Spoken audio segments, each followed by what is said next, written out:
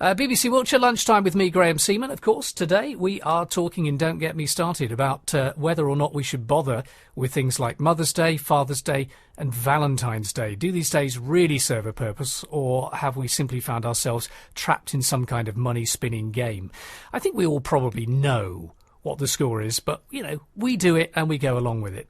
So what does the Greeting Card Association make of all this? Well, we've got Sharon Little with us, who's its CEO, and she's with us right now. Hello, Sharon, how are you? Hello, Graham. I'm very well, thanks. And you? Lovely. Yes, I'm fine, thank you very much. Now, I'm guessing you must be rubbing your hands together for the greeting card retailers, because, of course, these days are important, aren't they, for business? Important for business, but important for people too, I think. Sending a card with real handwriting in it is actually a really lovely thing to do, and people really appreciate it. I know. I actually received a card yesterday from someone, and do you know what? It just felt amazing. It felt absolutely amazing that someone took the trouble to actually choose a card and write in it, and I've got their handwriting there. That card, I'm going to keep that card because it means something to me, and I think that's the same for mums and dads and Valentine's. It marks an occasion. It's important to mark occasions. Now, I clearly have to be devil's advocate in all of this, Sharon, because that's the law, that's my job. The more cynical of society may turn around and say it's just an excuse for business to make more money, and we're just being swept along with it all. What do you say to that? Well, I think the other interesting thing about it is that it's not just professional greeting card publishers who produce cards. It's actually the number one craft hobby as well in this country. Huge amounts of people spend a lot of time making cards for other people. So, it's not just, it's a really deeply embedded part of our culture to send cards. In fact, we send more cards per person than any other nation in this country. And I think we're really lucky to have an amazing design base of incredible publishers and artists. It's a UK-grown industry, that's the thing. The businesses that sell cards in this country, predominantly the design is UK design.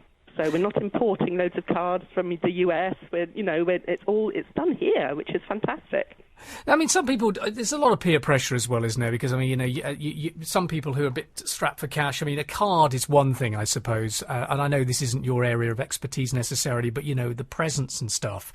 When you are a bit strapped for cash and here we go. There's another, I've got to do this for my dad. I'd rather just go and give him a big hug. I don't want to spend money on a card. I don't want to go and buy a present. Is there anything wrong with that? There's actually some research which shows that people would actually rather receive a nice card than a gift, because it's personal. It's really personal. When you choose a card, you're actually spending time thinking about that person and what they would like, and it's also a measure of your relationship with that person. There's almost an infinite variety of cards out there on the market, and people do spend a lot of time choosing the card. And time is a measure of how much you care, how much time you're prepared to put in to choose a card, to think about that person is a great way of it feels special because someone's put in the time.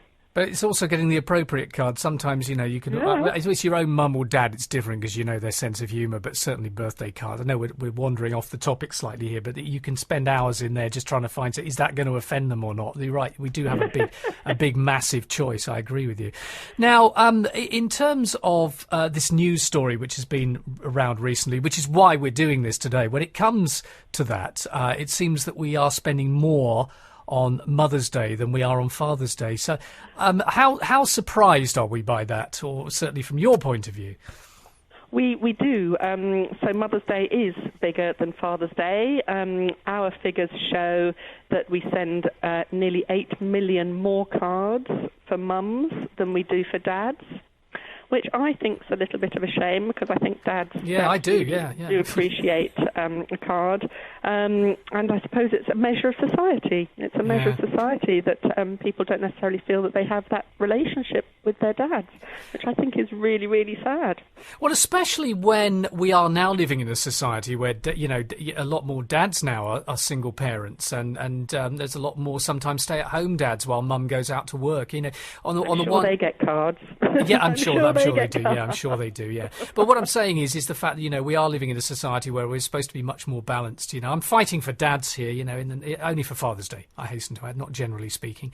I'm not going to hang around on the side of a royal building or anything like that. But how important is it for us to set aside a special day for these kind of events every year? I mean, talking about it from a personal point of view, from your point of view, Sharon. Oh, I think it's really important. I think it's really important to have a special day to mark an occasion. I didn't see my dad this year, just due to circumstances, but I made sure that he got a really great card with a lovely long message written inside and a nice gift as well. But I did see my honorary stepdad, and we made sure that he had a fantastic Father's Day, because otherwise he wouldn't have. So, I think that was really special. I'm glad you mentioned. It was a really special day. Yeah, and he got cards, he got presents, and he felt really, really special. And we actually also took in another dad as well to make him feel special, because he saw one of his sons, but he didn't see his other son. So he came along and we made him feel special too.